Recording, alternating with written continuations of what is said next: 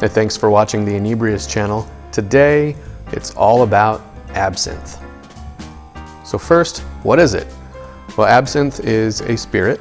It's generally distilled at a very high alcohol content, often approaching 150 proof. It's, as you can see, usually green, but it can be clear, like this Absinthe bottle and this Untitled.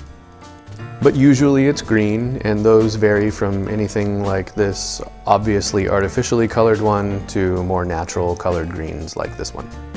It is distilled with a large number of botanicals, including grand wormwood, green anise, and sweet fennel. This bottle, you can see a sprig of grand wormwood in it. And because of its high alcohol content, it's almost never consumed straight and is usually diluted with a lot of water and some added sugar. Pernod Fils is one of the older brands and one of the first to start mass producing absinthe in France. This bottle might be familiar to Marilyn Manson fans. It's made in Czechoslovakia along with Hill's absinthe, which was one of the first imported to the UK, which actually never banned absinthe. But Czechoslovakian absinthes are generally considered pretty bad. And somebody even made an absinthe soda. This collection of mine was amassed in the early 2000s when it was still in the United States, except for this bottle of Lafay in the back, which was and continues to be one of my favorites. Untitled is a producer in Switzerland, has been around for a long time, considered one of the better producers by absinthe aficionados. They make a few different ones, this Sapin, and that Blanche that you just saw. And regarding color, you can see some of them are just dyed an obnoxious green with artificial coloring. It doesn't really impart any negative or positive flavor, and it's hardly noticeable when the absinthe is prepared, but some people do it. Lafay is one of my favorites. It used to be obnoxiously colored like that, but now they've just started coloring the outside of the bottle instead of the absinthe, which I'm happy about. And as you can see, these absinthes come from a number of different countries. I have German ones, Swiss, French, and even Spanish. But with that, let's make a glass. Or two. So a traditional French preparation requires some special equipment, and that's going to start with some absinthe spoons. I like using spoons that come free with some bottles of absinthe. Just a note, these also make the perfect coffee stirrers. You'll also want a glass. These are made specifically for absinthe. This is called a Pontarlier glass, where you fill the absinthe to the rim of this bottom reservoir, which is intended to measure out the perfect amount of absinthe, and then you fill the rest with cold water. And an absinthe fountain.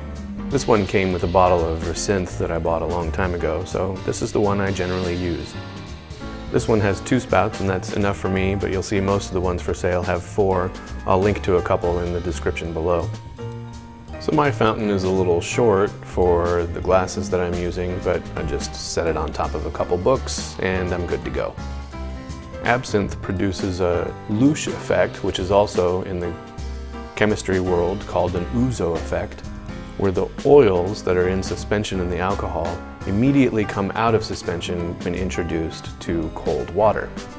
So that's why we fill our absinthe fountain with ice first and add cold water later. At the ready are our 2 Pontarlier glasses with 1.5 ounces of absinthe in each one, and absinthe spoons resting on top with a cube of sugar on the absinthe spoon.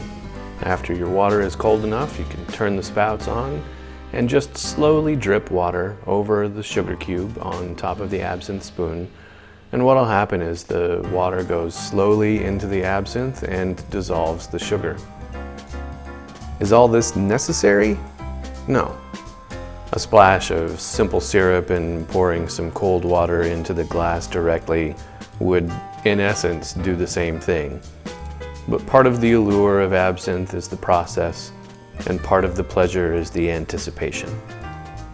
While the historic use of wormwood mixed with alcohol for medicinal purposes goes all the way back to the ancient Greeks, the first evidence of absinthe as a distilled spirit containing both green anise and fennel, along with wormwood, dates back to the 18th century as an all-purpose remedy from Dr. Pierre Ordinaire, a French doctor who was living in Cuvette, Switzerland.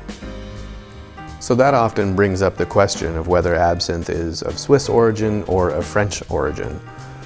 That recipe was purchased, and the first absinthe distillery was created in Cuvette in 1797, and in 1805 they built a second distillery in Pontarlier, France. It's worth briefly mentioning why absinthe was illegal. In the late 1800s, an epidemic for wine grapevines basically decimated the wine industry in France. Around the same time, France was going through an economic depression, which generally increases the demand for alcohol. Prior to this, absinthe was considered a drink for the rich, but when demand was high, the Pernod company developed a way to make absinthe a little cheaper. All of this put the absinthe industry in a position to dominate alcohol sales when demand was high and there wasn't any wine to compete. And so, when the wine industry recovered by grafting American rootstock to their vineyards, making them resistant to the phylloxera epidemic, a smear campaign against the absinthe industry began, saying things like absinthe makes you hallucinate, absinthe is addictive, absinthe will make you crazy and criminal, promotes epilepsy and tuberculosis, and has killed thousands of French people. Of course, none of this is true. So when the sugar is dissolved, you can drop the spoon into the glass, continue filling the glass with cold water until it's at the level that you want, and give it a final stir to completely mix the sugar into the absinthe, and there you have a glass of absinthe ready to consume.